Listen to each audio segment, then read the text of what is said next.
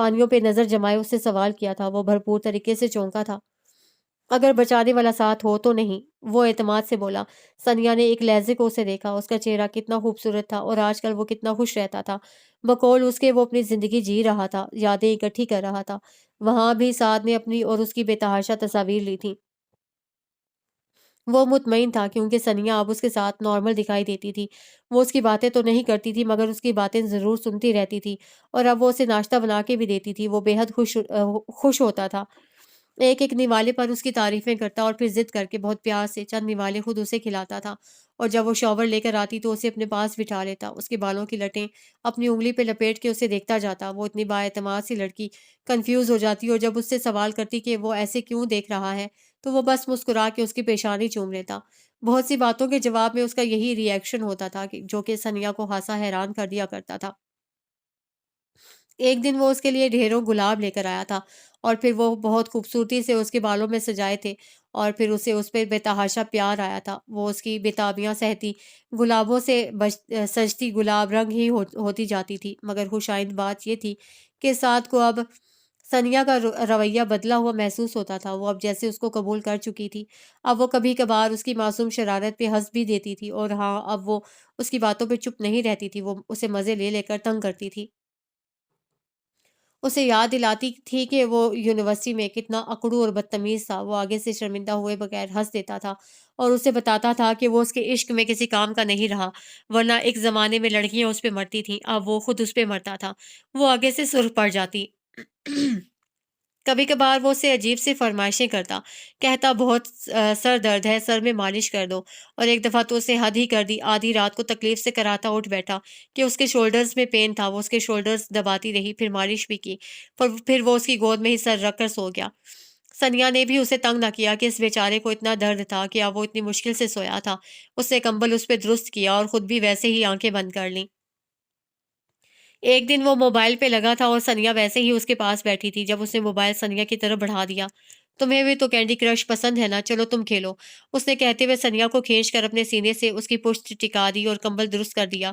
چند لمحے تو وہ ساکت سی رہی، کیا انداز تھا، یعنی کہ وہ سعد کے سینے سے پشت ٹکا کر نیم دراز تھی اور سعد نے دونوں بازو اس کے گرد لپیٹ رکھے تھے اور ٹھوڑی اس کے سر پہ ٹکائی ہوئی تھی اور موبائل اس کے ہاتھ میں دیے اس کے کھیلنے کا انتظار کر رہا تھا۔ وہ کچھ ہچکچا کر کھیلنے لگی اور سعد کے لبوں پہ بے ساختہ گہری مسکراہٹ آ گئی۔ وہ اسے اب تنگ کر رہا تھا۔ وہ صحیح موو لیتی تو الٹا مشورہ دیتا اور غلط موو لیتی تو وہ ہنستا۔ وہ بھی اب انجوائے کر رہی تھی۔ واقعی یہ گیم دانیال کے علاوہ وہ چاروں کھیلتے تھے اور ہمیشہ ایک دوسرے کے ریکارڈ بریک کرتے رہتے تھے۔ اب وہ وقفے وقفے سے اس کے بال، اس کا ماتھا اور اس کے گال چوم رہا تھا۔ وہ واقعی جھلا تھا، ہر روز گنتا تھا اور کتنا اداس ہو جاتا تھا کہ اس کے پاس ثنیا بہت کم مدت کے لیے رہ گئی تھی۔ جیسے جیسے دن گزر رہے تھے سعد کی آنکھوں میں ایک مستقل اداسی اور بے چینی نظر آتی تھی اور اس کی شدتیں بڑھتی جا رہی تھیں۔ یہ 1 مہینے اور 11 دن بعد کی بات تھی جب حسن میر کے گھر کا دروازہ کھلا اور ہموار انداز میں ایک سیاہ کار روش پہ پھسلتی ہوئی پورچ میں آ رکی۔ اوائل دسمبر کے دن تھے اور حسن میر اپنی مسز نائلہ میر کے ساتھ لان میں بیٹھے چائے سے لطف اندوز ہو رہے تھے۔ پھر کار کے اگلے دروازے کھلے اور سعد اور ثنیا باہر نکل آئے۔ حسن میر کے ہاتھ میں چائے کا کپ لرز گیا۔ انہوں نے تیزی سے کپ میز پہ رکھا اور اٹھ کھڑے ہوئے۔ نائلہ کا چہرہ سفید ہو گیا تھا۔ انہوں نے بھی حسن کی پیروی کی اور کھڑی ہو گئیں۔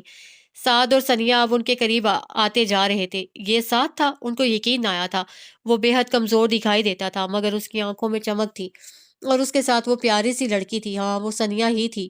السلام علیکم پاپا، ماما، اس نے قریب آ کر یوں سلام کیا جیسے روز کا معمول تھا۔ اس کے انداز میں کوئی شرمندگی نہ تھی، نہ ہی وہ اوور ری ایکٹ کر رہا تھا۔ وہ بہت پرسکون دکھائی دیتا تھا اور اس کا لہجہ بہت ہموار تھا اور اس کے اس اطمینان نے حسن میر کو تیش دلا دیا تھا۔ وہ دانت بھینچتے آگے بڑھے اور اسے کندھے سے تھام لیا۔ تم سعد، تمہیں احساس ہے کہ تم کیا کر کے آئے ہو اور تم یوں ری ایکٹ کر رہے ہو جیسے کچھ ہوا ہی نہیں، تم بے غیرت انسان۔ انہوں نے بے قابو ہوتے ہوئے الٹے ہاتھ کا تھپڑ اس کے چہرے پہ مارا تھا۔ نائلہ دہل سی گئی۔ وہ آگے سے کچھ نہ بولا، بس اسی طرح کھڑا رہا۔ کتنا ظلم کیا ہے تم نے، تمہیں اندازہ ہے؟ ایک خاندان کی عزت سے کھیلا ہے تم نے، ایک شریف اور عزت دار خاندان کو منہ دکھانے کے قابل نہیں چھوڑا تم نے، بے شرم انسان۔ کیوں واپس آئے ہو؟ چلو بھر پانی میں ڈوب کر مر جاتے، کم از کم میں تو لوگوں کی جواب دہی سے بچ جاتا۔ مجھے تمہاری شکل نہیں دیکھنا چاہتا۔ اتنا ہی اندھا کیا ہوا تھا عشق نے تو مجھے بتاتے، عزت سے ان کی بیٹی کا ہاتھ مانگ لیتے، ہزاروں لوگوں کی موجودگی میں تو ان کا تماشا نہ بنتا، ان کی عزت کا جنازہ نہ نکلتا۔ تمہیں ذرا خیال نہ آیا سعد؟ ایک بار تو سوچتے کیا کرنے جا رہے ہو؟ وہ غضبناک ہو کر دھاڑ رہے تھے۔ وہ خاموشی سے نظریں جھکائے کھڑا رہا۔ نائلہ، مبشر صاحب کو فون کریں۔ وہ پھولے تنفس کے ساتھ پیچھے ہٹے اور نائلہ کو مخاطب کیا۔ وہ فوراً سے اندر کی طرف بڑھی۔ تم دفع ہو جاؤ یہاں سے، فی الحال میں تمہاری صورت نہیں دیکھنا چاہتا، انہوں نے کرختگی سے کہا۔ سعد کی ساکت وجود میں جنبش ہوئی اور وہ اندر کی طرف بڑھ گیا۔ اسے مڑ کر نہیں دیکھا تھا، اگر مڑ کر دیکھ لیتا تو پتھر کا ہو جاتا۔ اس کے بعد کی کہانی میں صرف معافی تلافی تھی، جو کہ حسن میر مسلسل مبشر حیات سے مانگتے تھے۔ مبشر حیات اور ماجدہ وہاں آ کر ثنیا کو لے گئے تھے اور فی الحال معاملہ بالکل ٹھنڈا پڑ گیا تھا، مگر دونوں خاندان اس بات سے بخوبی آگاہ تھے کہ وہ اس زبردستی کے بنائے گئے رشتے کو اتنی آسانی سے ختم نہیں کر سکتے تھے۔ یہ الگ بات تھی کہ نائلہ اور حسن کو ثنیا اتنی پسند آئی تھی کہ وہ ہر دوسرے دن اسے ملنے چلے آتے تھے، جو کہ خاموشی سے اپنے کمرے میں وقت گزارتی تھی، اور جب وہ ماجدہ سے ملی تو اس نے اتنا ہی کہا تھا: سعد میرا دوست تھا ماما، یونیورسٹی کے 4 سال ہم نے اکٹھے گزارے اور مجھے اندازہ ہی نہ ہو سکا کہ وہ میرے بارے میں دوستی سے ہٹ کر سوچتا تھا۔ اب سمجھ میں آتا ہے ماما کہ کیوں اللہ تعالیٰ مرد و عورت کا آزادانہ میل جول پسند نہیں کرتا، کیوں وہ کہتا ہے کہ دوستی کی کوئی بھی قسم مرد و عورت کو بدکاری اور فحاشی کی طرف ہی مائل کرے گی۔ اس کے لہجے میں آگہی کا کرب تھا۔ وہ کتنا صحیح کہتا ہے نا ماما؟ اور بات میں اللہ سے بڑھ کر سچا کون ہے؟ کیسے ممکن ہے کہ مرد و عورت کی دوستی میں جنس نہ آئے؟ اس کا فیصلہ تو اللہ نے ازل سے کر دیا تھا نا، جب وہ قرآن میں یہ کہتا ہے کہ عورتیں اور مردوں سے نرمی سے بات نہ کریں ورنہ ان کے دل میں روگ پیدا ہو جائے گا۔ یہ روگ، یہ خیال ہی تو گندگی ہے جو نہ دل کو پاکیزہ رہنے دیتا ہے نہ اعمال کو۔ وہ اب آنسوؤں سے رو رہی تھی۔ میں سوچتی رہی کہ آخر میری غلطی کیا تھی، ایسا کون سا گناہ کیا تھا میں نے جو مجھ پر یہ قیامت ٹوٹی؟ تو مجھے احساس ہوا کہ میں معصوم نہیں تھی۔ مسلسل 4 سال اس کے حکم کی خلاف ورزی کرتی رہی، اس کو جھٹلاتی رہی۔ مجھے اب پتہ چلا کہ ہم جب اس کو رد کرتے ہیں تو در حقیقت ہم اپنے لیے گڑھا کھودتے ہیں۔ وہ بس روتی جاتی تھی اور ماجدہ اپنی لاڈلی کو سینے سے لگائے اسے چپ کرواتی تھی۔ میں ایک ادھ مرے ماحول میں زندہ ہوں، میرے سپنے میں کوئی اندیکھی وحشت ہے، پیاس ہے، تیرا غم ہے اور ویرانی ہے۔ میں جس دھندلے سپنے میں قید ہوں وہاں میں تنہا نہیں ہوں، صدیوں کی خاموشی ہے، تیری باس ہے، تیرا غم ہے اور ویرانی ہے۔ میں نے آرزوؤں کی پامالی کے بدلے جو متاع بچا لی تھی، وہ ایک خلش ہے، ایک رنجش ہے، ایک مسلسل بے کلی جو مجھے راس ہے، تیرا غم ہے اور ویرانی ہے۔ آج بہت دن بعد وہ گھر سے باہر نکلی تھی، ورنہ اس کا دل کب کرتا تھا کہیں جانے کو۔ بے مقصد سڑکوں پہ گاڑی دوڑاتے وہ صرف اور صرف اس زندگی کے بارے میں سوچ رہی تھی جو اسے اب گزارنی تھی، لوگوں کے سوالات سے بچتے ہوئے، پچھتاتے ہوئے، اور شاید کہیں نہ کہیں اس گزرے ایک مہینے کو بھی یاد کرنا اس کا نصیب بن چکا تھا۔ امی ابو نے سب کچھ اس کی مرضی پہ چھوڑ دیا تھا کہ وہ جو بھی فیصلہ کرتی وہ اسے قبول کرتے۔ فیصلہ؟ تو کیا فیصلہ کرے وہ الجھی اسی واپس آئی تھی، اور اس شب اس نے 2 رکعت نفل حاجت پڑھ کر رو رو کر اللہ سے دعا مانگی تھی کہ وہ اسے کسی فیصلے پر پہنچا دے، اور اگلی صبح اسے اللہ کا فیصلہ مل گیا تھا۔ جس دن سے وہ واپس آئی تھی سعد نے اس سے کوئی رابطہ نہ کیا تھا، اسے اپنا وعدہ پورا کیا تھا۔ 1 مہینے کے بعد وہ اسے واپس چھوڑ گیا تھا اور فیصلہ اس پہ چھوڑ دیا تھا۔ اس شب اس نے سعد کو میسج کیا: کیسے ہو؟ مختصر سوال: ٹھیک، تم کیسی ہو سونی؟ فوری جواب آیا تھا: میں بھی ٹھیک ہوں۔ اس نے لکھا: یہ تو بہت اچھی بات ہے، اللہ تمہیں ہمیشہ مسکراتا رکھے۔ اس کے والہانہ انداز، ثنیا کی مسکراہٹ اداس تھی۔ کیا کر رہے ہو؟ اس نے بات پڑھانے کی غرض سے پوچھا۔ یہ کر رہا ہوں، اس نے کہا، ساتھ ہی اسکرین پہ ثنیا کا روشن چہرہ ابھرا۔ ثنیا کا دل لرز اٹھا، وہ اس کی تصویر دیکھ رہا تھا، وہ واقعی پگلا تھا۔ ایک بات کہوں؟ اس نے کہا۔ کہو نا، وہ بےتابی سے بولا۔ کیا تم میری ایک فرمائش پوری کرو گے؟ چیلنج بھرا انداز۔ ضرور، تم کہو۔ ملنے آ سکتے ہو؟ دوسری طرف غالباً اسے سکتہ ہو گیا تھا، پھر اس کا فوراً جواب چمکا۔ اس وقت غالباً وہ حیران تھا۔ ہاں، اسے اطمینان سے کہا۔ اوکے۔ فوراً سے اگلا جواب آیا اور ٹھیک 9 منٹ بعد اس کے بیڈ روم کے دروازے پہ ہلکی سی دستک ہوئی۔ اسے یقین نہیں آیا۔ اس نے فوراً دروازہ کھولا تو وہ دروازے میں کھڑا تھا، آف وائٹ شرٹ اور بلیک پینٹ میں، بکھرے بالوں سمیت۔ غالباً وہ بیڈ سے اٹھ کر آیا تھا۔ ثنیا کے آہستہ سے پیچھے ہٹ کر اس کے لیے راستہ چھوڑ دیا۔ وہ اندر آ گیا اور ثنیا نے دروازہ بند کر دیا۔ کچھ لمحے خاموشی کی نظر ہوئے، پھر اس نے ہمت کر کے سعد کو دیکھا جو اسے دیکھتا جا رہا تھا۔